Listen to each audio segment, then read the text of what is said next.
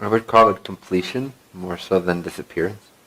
Now, in order to talk about this appropriately, for me, I have to include the material of the densities, because if I speak about this from a purely human perspective with everything that we know as a human being on a spiritual journey, the perspective is too limited and the projections will be flawed. Because this is what a lot of people do when they talk about completion or disappearance. They take that from a really human level and they project that as the end result.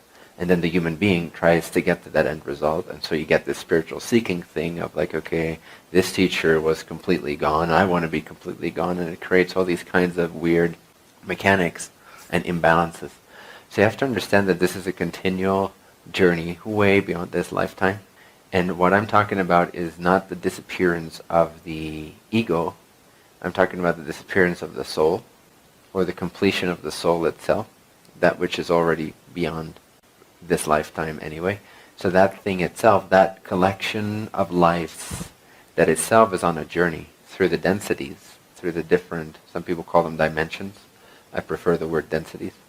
And at some stage, one of the lessons, or one of the main learnings that a beingness goes through is that of a merger with all that there is. In other words, you lose your individuated identity. In a sense, it's hard to talk about this, so it's all approximations, but in a sense you could imagine that the consciousness itself that has the soul identity, that has, and beyond that even has the group soul identity, that itself completes its journey of a complete cycle being a cycle of creation itself, a cycle of a universe itself, so to speak. And at that stage, the soul, if you want to call it that, at that stage, at that point, is it's turning its gaze back into foreverness completely, and it's leaving behind a blueprint of itself, everything that it has learned. That blueprint is what we might know of as the higher self. Your higher self is the blueprint left behind by you millions of years from now, moving into infinity, if that is comprehensible. So, like I said, it's not so much disappearance, because you do not disappear. It's not that you disappear, it's that you complete. It's that, and that's why it's hard to talk about, because in a sense you leave behind all individuation, but it doesn't mean that what is the essence of you disappears. If you exist now, you can never cease to exist. It's not possible. So there will always be the existence that is you, no matter what you go through, no matter how ultimate or absolute it is. But that you, which is the essence of you today, which you could say, okay, is my soul or my consciousness that goes through these different experiences, that, let's just call it soul for now, that soul essence, the consciousness that makes that up, will still be existent, even though its identity is merged with all that there is, meaning that you become the awareness of all that there is, no longer of Bentinho, no longer of whatever group, collective consciousness there is beyond Bentinho, etc. It is the merger with all that there is. It's the returning back to the infinite creator at the end of a cycle of exploration. This is not the end, because a new cycle begins right after. Right after, meaning after a timeless time of incomprehensible, indescribable foreverness. And then you begin a new cycle, which will be different. It will be the 8th density, so to speak. And this completion happens somewhere between the 7th and the 8th density. The 8th density being the new start of a new octave, of a new creation altogether, of which I cannot really say very much because I don't really have access to that. It's too unimaginable. It's totally different. So there's no words, there's no concepts for that. It's very hard to even get any kind of accurate glimpse of it for myself to be saying. I have hypotheses, but that's about it. But 1st through 7th can be fairly accurately described, although the higher the densities, the more it will be an approximation, because the less we will have any frame of reference for what that way of being is like. So what I was experiencing or feeling around that time of June 1st, leading up to it, is I was feeling that the time space reality that I was a part of, this collective, was not moving fast enough for me. May sound a little arrogant, but that was the experience. Wasn't moving fast enough for me to be able to stay inside of. So I felt like I was either going to die, pop out, or something had to change collectively, fast, still within my agreement of being part of this collective.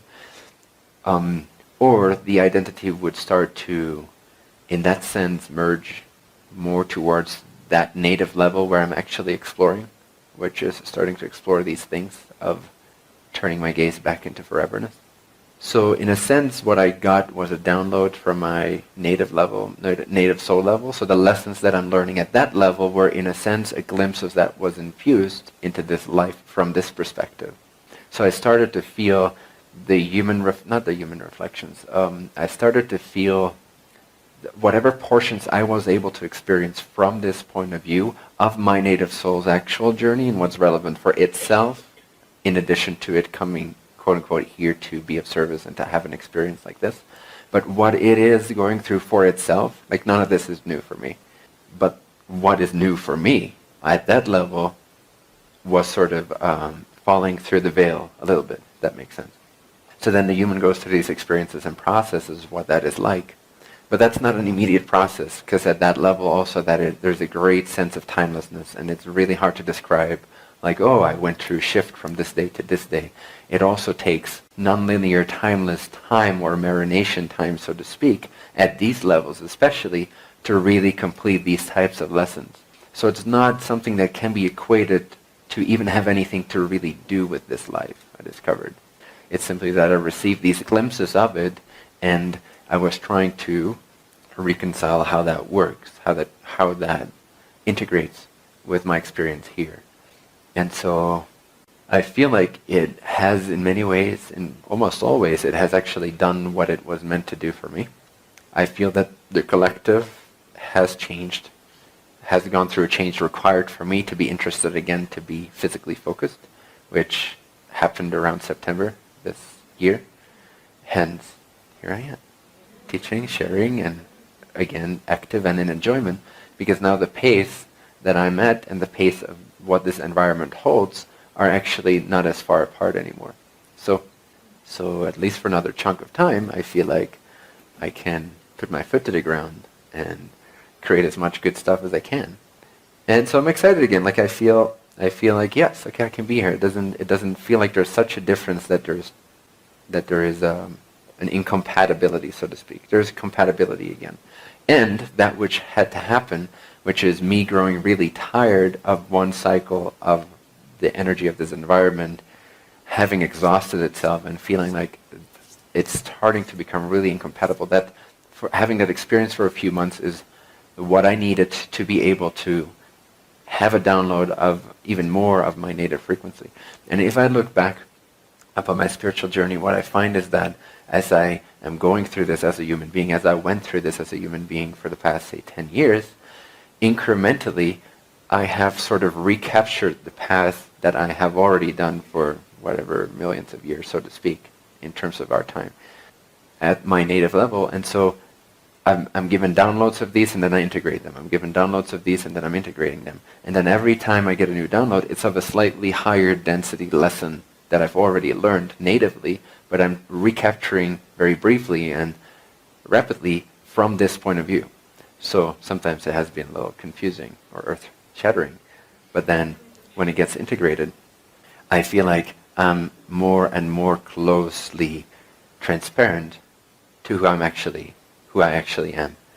And so this was sort of, one of the more absolute glimpses of where I'm actually at, so to speak, that I've had so far.